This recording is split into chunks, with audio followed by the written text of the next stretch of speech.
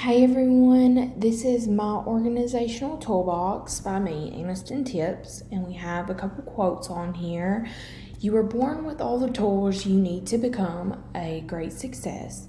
When your day seems like a mess, use your toolbox, and you're only as strong as the tools in your toolbox. So today, my first tool is to talk about the Mars model of individual behavior and performance. So the first tool that I chose from my organizational toolbox is role perceptions because of motivation, ability, values, self-concepts, emotions, and stress all stem from how well we can understand and complete our job task. So basically, if we don't know what we're doing, it's hard to be motivated and to be valued appropriately. If we don't know what's expected of us, our ability to perform these tasks can't properly be measured because we're not showing our ability because of the uncertainty we have.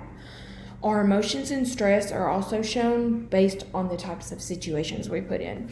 So here we have a model from the book showing all the different characteristics of the Mars model, talking about personality, values, self-concepts, perceptions, emotions, and attitudes. And we can use all these characteristics to behave properly in the organization.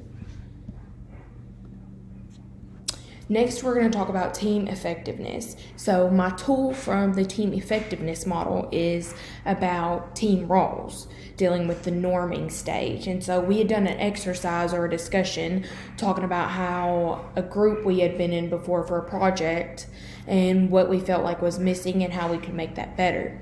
So my group was missing the norming stage, and the norming stage can be defined as the team develops its first real sense of cohesion as roles are established and consensus forms around groups' objectives and the complementary team-based mental models. So here we have the team effectiveness model showing team design, team processes, organizational and team environment, team effectiveness, and then we also look at all the different stages of the model, like the performing, the norming, the storming, and the forming.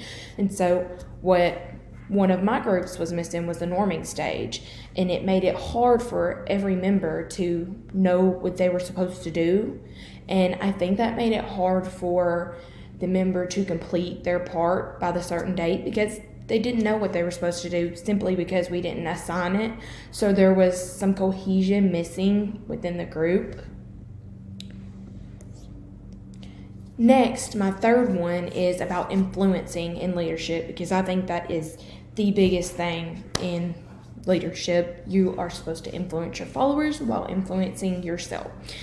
And so influence is a power of motion. And in the book, it talks a lot about leadership and power.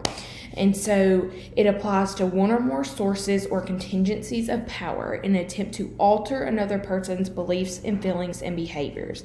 So here up to the side, we have a picture that talks about how leadership has to do with power, ideas, goals, innovation, motivation, tactics, skills, creativity.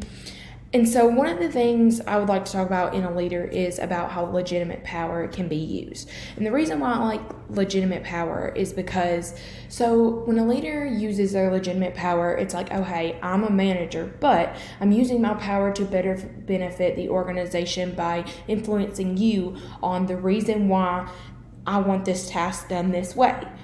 And so that's why we define legitimate power as the power or request for things to be done and be done a certain way by other employees for the benefit of the organization. And so next I want to talk about organizational culture. This is my final toolbox item on the list. And so basically, organizational culture consists of the values and assumptions shared within an organization. So out to the side, there is a model showing characteristics of organizational culture, which has to do with physical structures, language barriers, rituals, stories, and then shared values is a big part of organizational culture. And I just feel like today, people don't take that into consideration when they're at work. And so there's also another part of organizational culture, like shared assumptions, and that's where non-consensus, taken for granted perceptions, or ideal prototypes of behavior that are considered the way to think and act towards problems and opportunities. And so, in organizational culture, I just feel like it's so important in the workplace, and how we can use it is by, thinking about, hey, I think things are ethically right and wrong this way. However, this person views things are right and wrong this way, so I can't technically just take over. I need to adapt and change and understand and share my values with them and try to understand them. And I think that's what a lot of organizations lack today. And here is my reference slide. And the last thing that I wanted to ask is, what's in your toolbox? Thank you.